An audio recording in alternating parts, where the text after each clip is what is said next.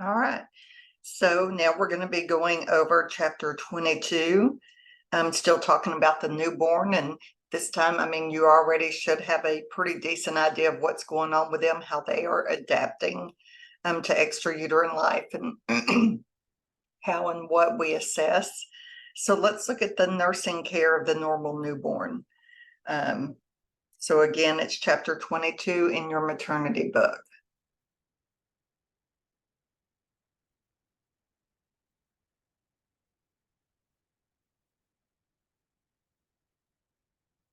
All right. So the early care after birth involves assignment of the APGAR scores. You're going to really need to know this APGAR score, and we are going to go into that more in depth because the RN does assign that APGAR score.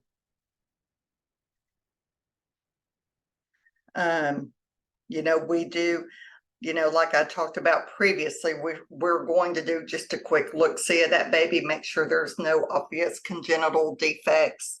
Of course, we're going to make sure we have respirations, heart rate. We're going to make sure all of that is going on initially, right away before we're going to get into doing some of this other stuff. So, again, I just want to say the number one way to prevent infections is hand washing.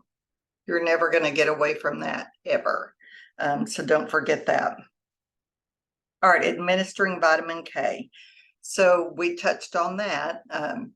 Newborns receive a dose of vitamin K after delivery to help their blood clot.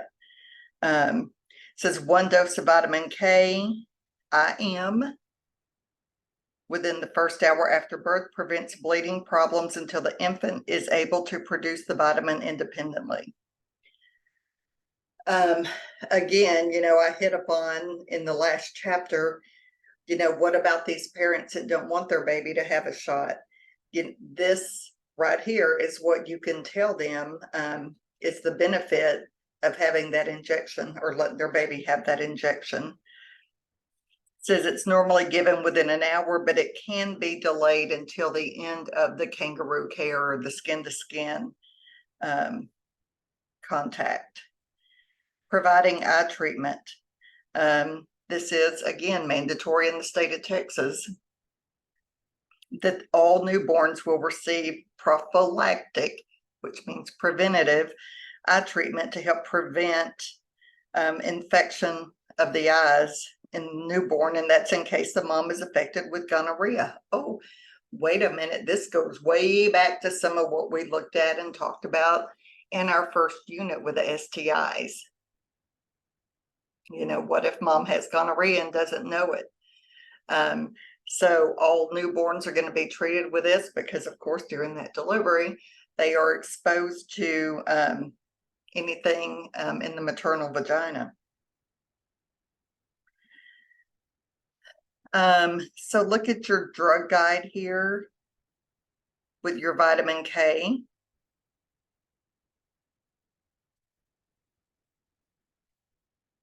The normal dosage. It's given IM. So where in the newborn or infant, for that matter, would I give an IM injection? What site is the only site I would give an injection to intramuscularly?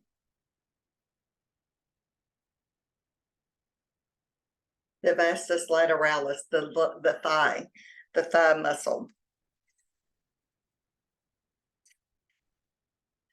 The eye treatment, a lot of times whenever we give that, it will make their eyes a little bit edematous.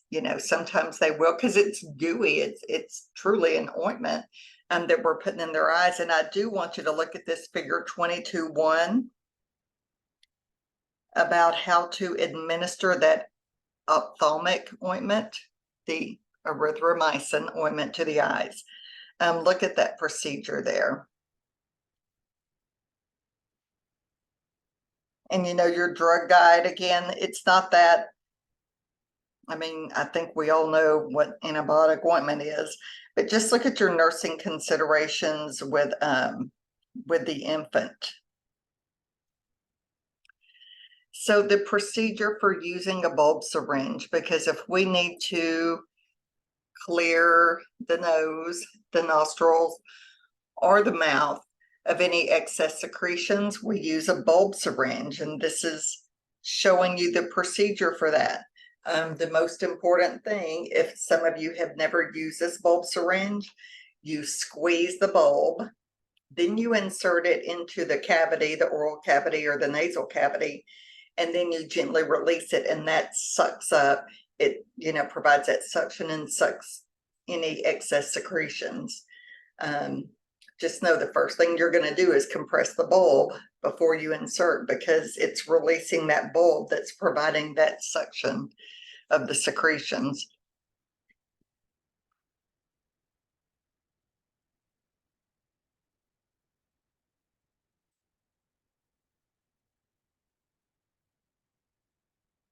There's a whole lot here on this nursing care for the baby. In this purple. I do want you to read that, because this is a relatively short chapter anyway. So read on the different systems, the cardiovascular, thermoregulation, respiration.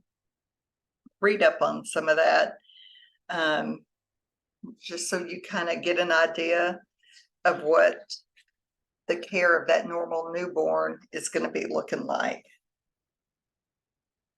All right, and then we turn a few pages to ongoing assessment and care. So providing skin care. A lot of times we will put lotion on their skin, because a term baby, once they've had their bath and that vernix is gone that has protected their skin from all that amniotic fluid, a lot of times their skin will be dry and flaky. So we usually put a little lotion on the skin. Bathing, so we do give an initial bath, because babies are nasty, right? They come out, they've got blood, amniotic fluid, mucus. They've just got all this vernix and everything on them. So this says that delaying the bath for 12 to 24 hours is recommended to promote parent-infant bonding. And this may be what hospitals are moving to, but I can just tell you, the nurses in the nursery, they want to get that baby in there and bathe it as soon as possible, so then they don't have to wear the gloves every time they handle the baby, because it won't have those body fluids on it.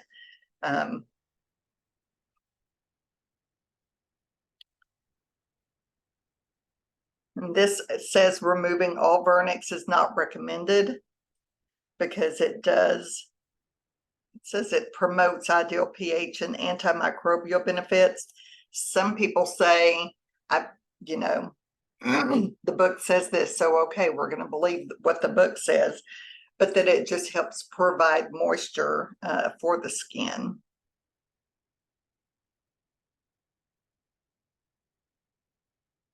It says infants can be bathed by immersion in a tub. It doesn't decrease infection, disrupt the vernix, or decrease cord healing. And that is that initial bath. When shampooing the hair, normally we will have that baby all wrapped up and swaddled, and then we'll just put that hair under the running water. We'll get it soaked up with shampoo, the baby shampoo, and then we gently keep rubbing and rubbing with, if any of you have ever seen the little scrub brushes that the physicians use to scrub in before surgery, there's one side that has that sponge with all the physahex to it, and then the other side has all the little bristles to get under the fingernails good. Well, we use those. We'll tear off that spongy side and use the bristle side to really get all that dried blood and amniotic fluid and all that out of that baby's hair. That's what we normally use.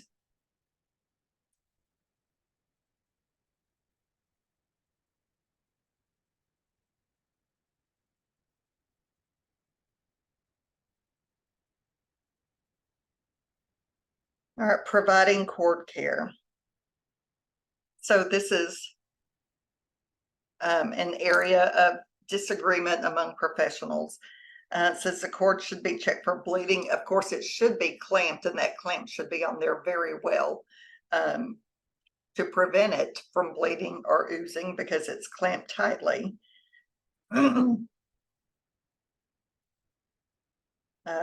You're going to be looking for any redness, drainage. You shouldn't see any of that at the base of the cord. It says the cord becomes brownish black within 2 to 3 days, and it will fall off within approximately 10 to 14 days. The cord will dry and fall off as long as there is no infection present. So here's the area of contention. It says evidence-based practice guidelines show that cleaning the cord with water when necessary and keeping it clean and dry is the best method of cord care.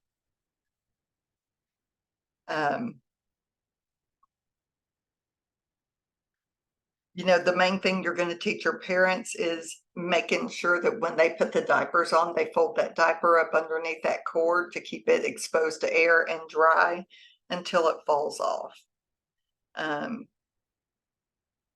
We do remove the cord clamp before the baby goes home. That says 24 hours. It's just before the baby is discharged, we make sure that clamp is removed so the parents don't have to deal with that. So what would I be talking about? So we always used triple dye, that purple stuff, on our cord for initial cord care at Woodland Heights. At the Center Hospital, we used alcohol pads for cord care.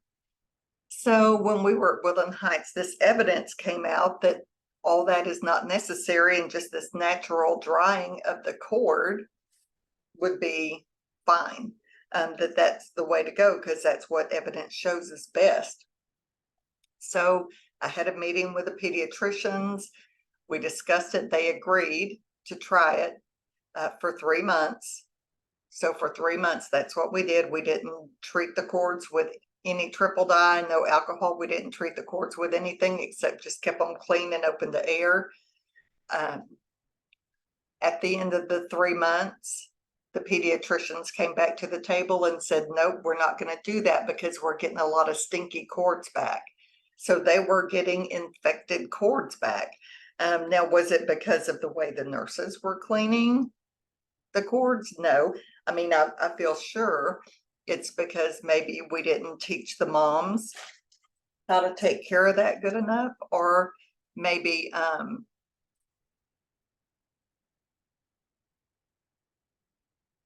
they just didn't do what they were supposed to do.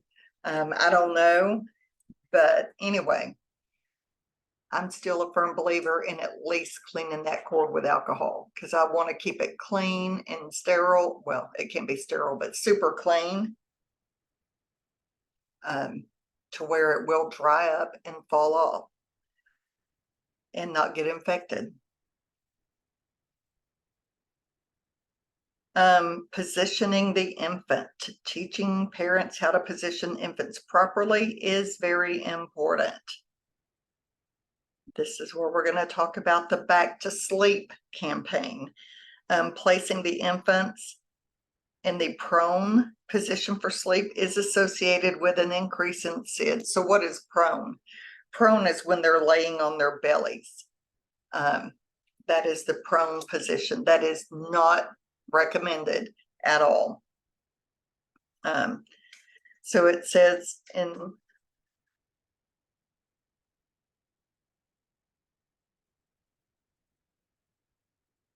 it says 2017. It was way earlier than 2017 that they started this Back to Sleep campaign, but this says it was recommended that mothers be taught to place infants on the back for sleep because this position is associated with the lowest rate of SIDS.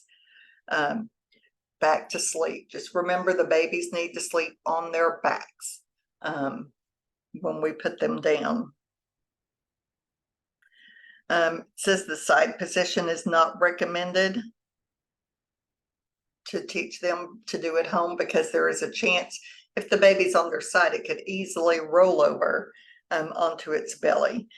And we know that anytime the baby is on their belly, they do recommend you do tummy time for the baby, but it has to be observed by an adult the whole time the baby is on their belly. Parents should also be told, and again, this is for prevention of SIDS, to use a firm mattress, avoid loose or soft bedding that might interfere with breathing, no bumper pads. The infant should not sleep in a bed or a couch with another person.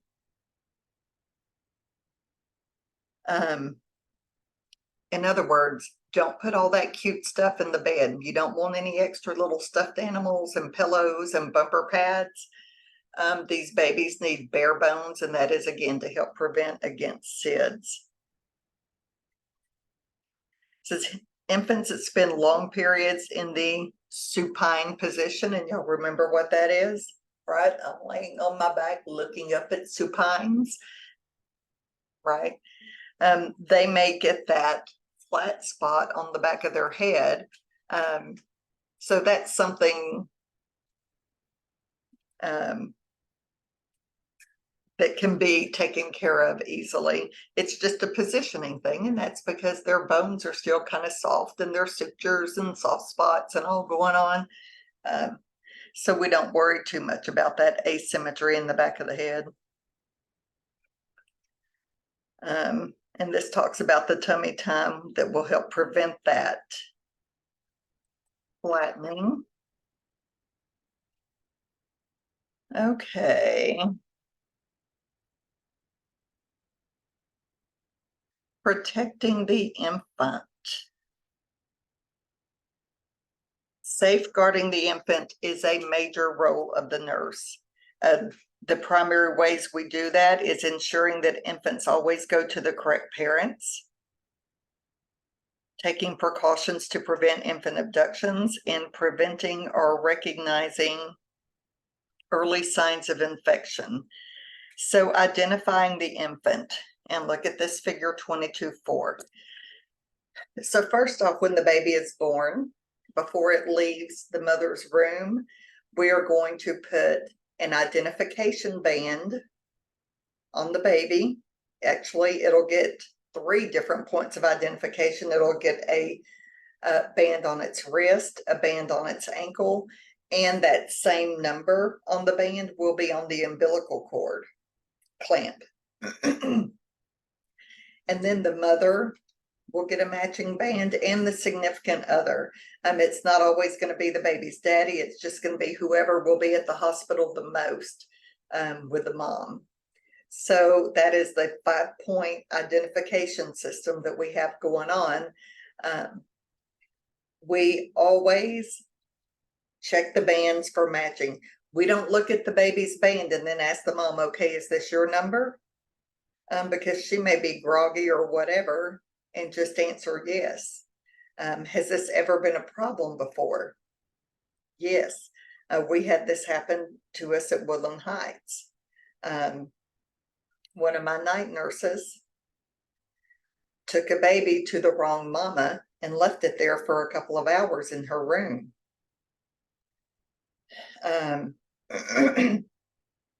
Fortunately, the mom didn't breastfeed the baby or even change its diaper.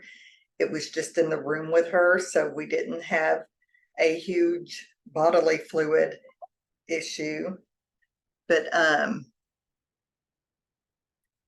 just always identify it. Make sure both the numbers match on the mom and the baby. Not just by asking the mom something, not just by saying, okay, this baby's mom is in room 204. Let's just take it to 204. Always identify that infant properly. Preventing infant abduction. So this is where we get into the code PINKs that a lot of hospitals have. So, you know, infant abductions were pretty frequent. Well, I say frequent, maybe 1 or 2 a year, which is way more frequent than it should be in the 80s, 90s, and early 2000s, but you really don't hear much of this anymore, and that's a good thing, and that is probably because of all these extra steps the hospitals have taken to prevent infant abduction. So we have the code pink. Our babies will have a electronic monitoring system on them. Some of them's on the cord. Some of them we had like the hugs and kisses. So we would have hugs tags on the baby, and this would alarm anytime the baby got close to an exit door. The elevators, the stairway, anytime they got close to an exit, the alarms would go off, everything would shut down. Nurses would go and check where their babies were and make sure they had all the babies. But one nurse always has to be stationed at the stairwell door. And this is because due to fire egress, those doors may not lock. Like the elevator doors can lock down, the stairwell doors cannot. So there always has to be somebody at the door checking the stairwell, making sure nobody comes in or out.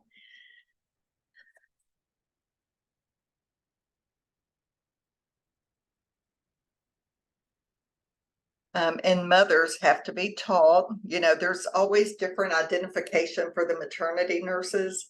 Like at Woodland Heights, for example, our badges were yellow, whereas all the other employees and nursing badges were white. We had yellow badges, and that was one of our safeguards, that we would tell the mom, you just let somebody with this yellow badge come in and get your baby.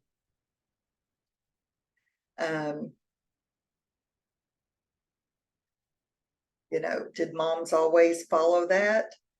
You would be surprised at the moms that would just let anybody take their baby. I would go in the room sometime without a badge at all. And plus, just think the women's service nurses always wore the same scrubs. And they were like that seal blue, that light blue color. Well, I always wore navy blue scrubs. So every now and then, I wouldn't do it real frequently, probably about every quarter, I would just go into a random mom's room. Or sometimes if it was just super busy and the nursery nurses needed me to go grab babies for them if the doctor was coming in. So I would go in a room without a badge and I'd say, hi, I'm Miss Miller. I am here to take your baby to the nursery. The doctor wants to see it. And do you know how many moms questioned me? Out of probably 75 to 100 times I did this, I only had one mom ever question me because I wasn't wearing a badge. Everybody else was like, okay, they just let me take their baby. And you know how easy it is to get scrubs anywhere. So that's just really scary that we still, even with the teaching, and the moms sign the form that, yes, I understand this, and they did this teaching. Still a problem. They'll just still let anybody, seems like, take their baby out of the room. Preventing infection, again, hand washing, hand washing, hand washing.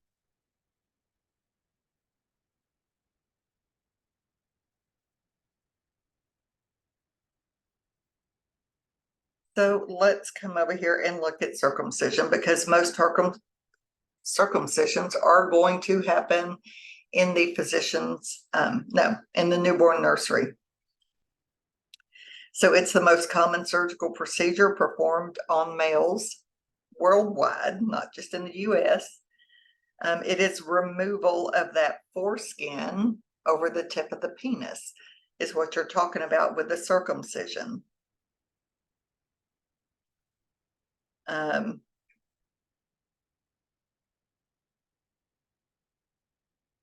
and that's called the prepuce. I'm going to call it foreskin just because I think that's what we're more familiar with. It says the foreskin should never be forcibly retracted in any infant because trauma and adhesions can occur. That means you only can retract that foreskin back as far as it willingly goes. Don't force it to go down further than it is willing to go. You never force it. Circumcision is controversial. So ACOG and pediatrics state that there are potential medical benefits as well as risk. Data presenting the benefits are not sufficient to recommend routine neonatal circumcision. So evidence says there is no real benefit to circumcision. So what this really does is it boils down to parent preference. You know, do they want their baby circumcised or not? Maybe the dad's circumcised, so they want the baby circumcised. You know, there's just different religious factors go along with that too, with circumcision. Jewish and Muslim culture include circumcision. Parents may be concerned that when older, the uncircumcised child might develop phimosis, which is a tightening of the foreskin that prevents the retraction and requires circumcision. So it's funny that it says that because the diagnoses needed in order for the physicians to get reimbursed for circumcision is phimosis. Newborn phimosis is what you're going to see. It's not going to be parent wants it. You know, because with payment, we have to have a specific diagnosis, and this is what you're going to see is that phimosis.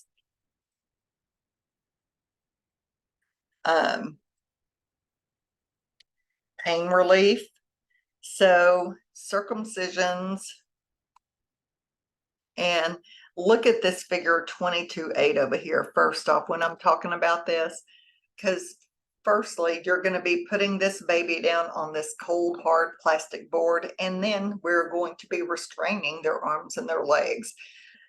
Already that's uncomfortable because that's not natural for the baby who likes being in that flex fetal position. So they're already a little upset. We definitely want the room to be warm before we do all this for the baby. Pain relief, what the physicians do is they will do local anesthetic injection all around that foreskin and penile area.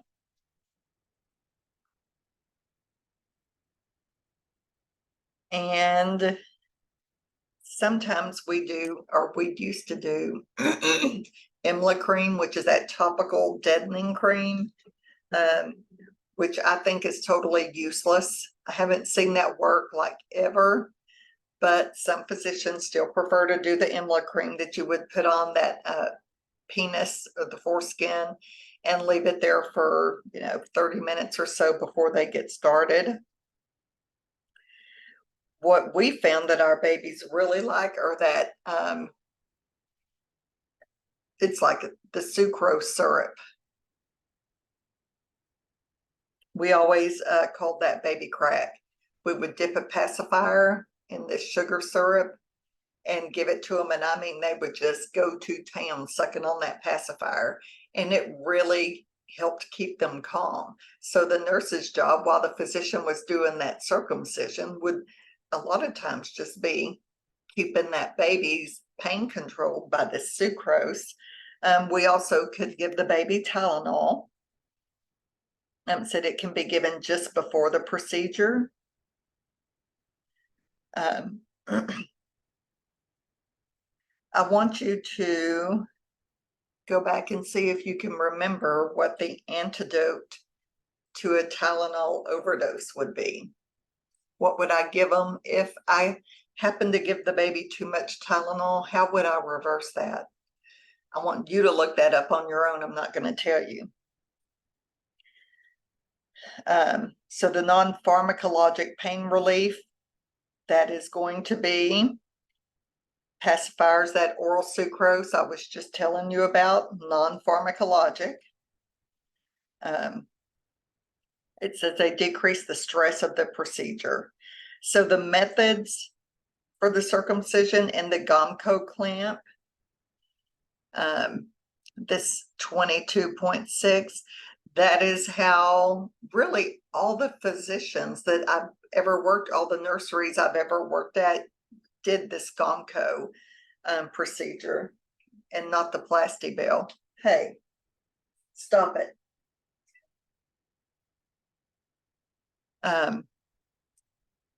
So Gomco is the one.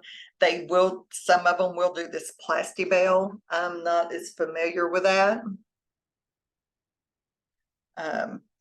So you can just kind of look at that. But the Gomco clamp method is the method that they use more than anything.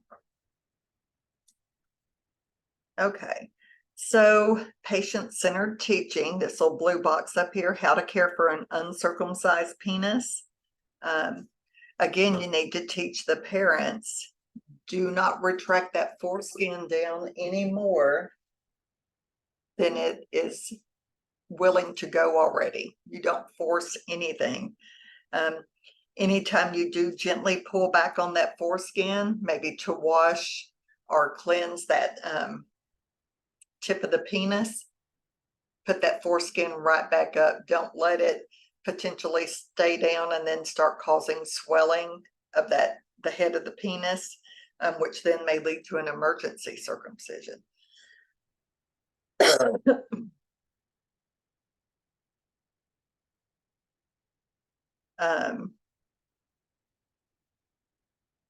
Of course, we're always going to be assessing pain. The way we assess pain in the newborns is going to be different than how we assess pain in the adult. And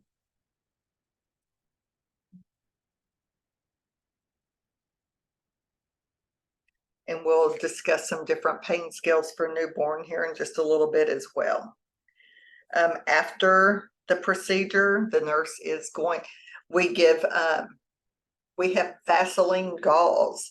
And this is the only procedure I have ever used Vaseline gauze for, but we use the gauze that's sterile and has Vaseline, it's infused with Vaseline around that penis. We cut it into strips. So we can send some home with the mom as well. And that is to help prevent that penis from sticking to the diaper. And also, whenever you're unwrapping it, you don't want it to pull any scabs or anything off from dried blood. So that's why we use the Vaseline infused gauze. So we're going to watch for signs of bleeding or any other complications. We're always going to make sure we have urination. Your patient-centered teaching here, how to care for circumcision site. And then techniques for infant care. Let me see.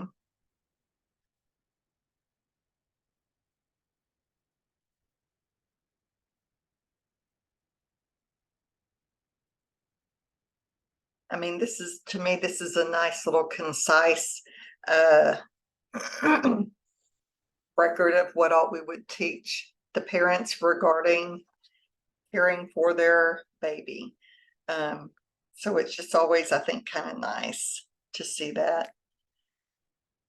Okay, so safety alert, signs of complications after circumcision: bleeding more than a few drops, failure to urinate, signs of infection, or if you have used that Plastibell, maybe it's displaced over to one side or the other.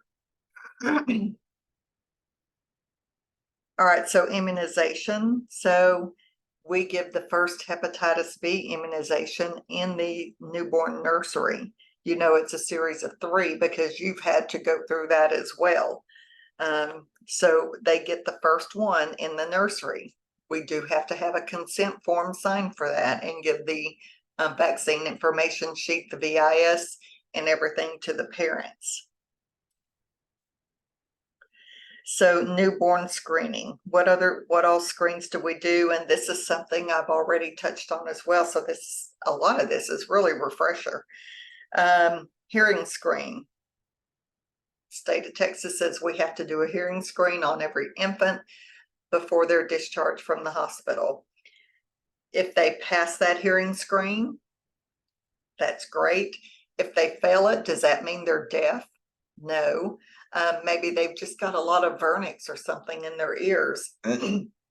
So if they fail it, we make sure the pediatrician knows that. So when they go for follow-up visits at the pediatrician's office, they will get a follow-up hearing screen done there. So other screening test, the CCHD that Texas makes sure that we do, the congenital cardiac heart disease or defect screening test. And again, that's where we do a blood pressure on all four extremities. And we are looking to see if the blood pressure is lower in the legs than it is in the arms. And if that's the case, that would definitely require further testing of cardiac issues. But this is talking about the newborn screen. So again, it's screening for inborn errors of metabolism and other genetic conditions. This is stuff that you can't see. I can look at that baby and that baby looks totally perfect, but it may have hyper or hypothyroidism. It may have PKU. So it's all states require newborn screening for this. And that is because, like I said, this kid is asymptomatic, but if they get exposed to some proteins or whatever it is that they are have that metabolism error for, it can be devastating. It can lead to permanent intellectual disability and sometimes potentially even death. So it's real important. And this is the one where we do that heel stick, right? We stick the heel and then we squeeze and squeeze until we fill up all 5 circles in that card. So common conditions that we're testing for are the PKU. Again, like I said, a lot of you may call this a PKU test, even though it is screening for more than that. Hypothyroidism, galactosemia, and blood disorders such as sickle cell and thalassemia. So this is what we're looking for. It says it's easy and inexpensive. This test has to be done, it says at 24 to 48 hours of age. You know, most babies go home within 24 hours. This test has to be done after they have had their first feed, whether it's breastfeeding or formula feeding, because that's going to start processes in their body if they do have one of these that will show up on the test. So it has to be after they're exposed to food. All right, so discharge and follow-up care. You know, discharge as long as the baby is stable and the mom has shown that she can care for the baby. You know, which most of these hospitals now are mother baby, where the baby stays in there with the mom all the time. So the mom is proving that she can care for her baby. Follow-up care. Care after discharge from the birth facility is very important. You need to know, it says Academy of Pediatrics recommends that follow-up by a healthcare professional be provided within 48 hours of discharge to all newborns that are discharged at less than 48 hours old. An infant who is breastfeeding should be seen within the first week, and usually it's 2 to 3 days after discharge. Why? Why does that baby have to go back so soon?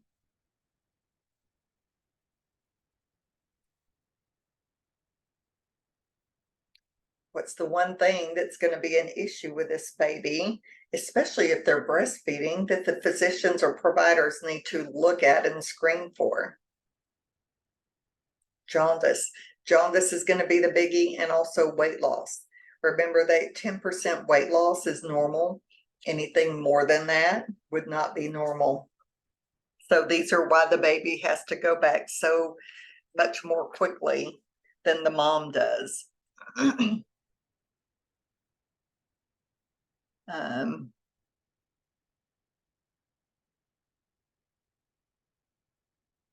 And as far as telephone counseling, we always tell the mom, call the nursery if you have any questions. Because while the physician's office isn't open 24 hours a day, the newborn nursery is. So there's always going to be a nurse there that can answer your questions. It's going to be an RN.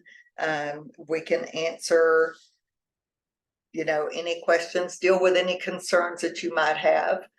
Whether it's no, that's fine, that's totally normal, or we might say, hey, that is not normal, you need to take that baby to the ER,